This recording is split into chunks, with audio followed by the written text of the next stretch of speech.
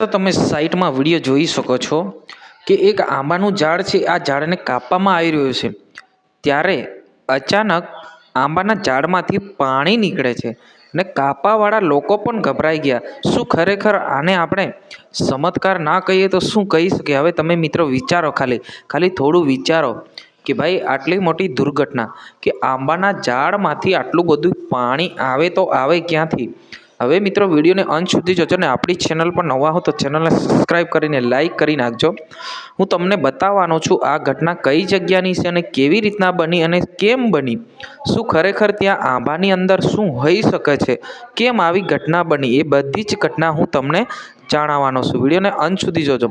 હવે મિત્રો આ એવું કહેવામાં આવશે કે આ એક મંદિરની આગળ એક આંબાનું મોટું ઝાડ છે. એ ઝાડને મંદિર બનાવવા માટે કાપવામાં આવી રહ્યું હતું ત્યારે અચાનક આંબાના ઝાડમાંથી એટલું બધું પાણી નીકળ્યું કે ભાઈ તમે જોઈને ચોંકી જશો કે આટલું બધું પાણી આવે તો આવે ક્યાંથી?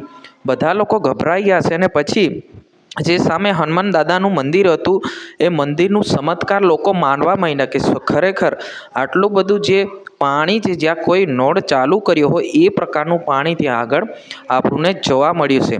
તો આટલું બધું પાણી આવે તો આવે ક્યાંથી? આ રીતના બધા લોકો ગભરાઈ ગયા હતા અને એવું કહી રહ્યા હતા કે ભાઈ ખરેખર આ જે એ ચમત્કાર થયો હોવાના સમાચાર અત્યારે મળી રહ્યા છે.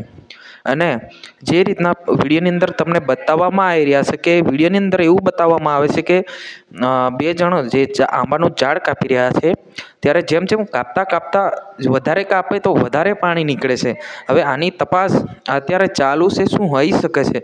તમારે જરૂરથી કોમેન્ટ બોક્સમાં જણાવવાનું છે કે શું હોઈ શકે છે, કે શું આ ખરેખર માતાજીની કૃપા છે કે પછી આ ચમત્કાર છે કે અન્ય કોઈ ઘટના છે, એ તાત્કાલિક તમને બતાવવાની કોશિશ હું કરવાનો છું આજની વિડીયોની અંદર. બસ આટલું જ. જય હિન્દ, વંદે માતરમ.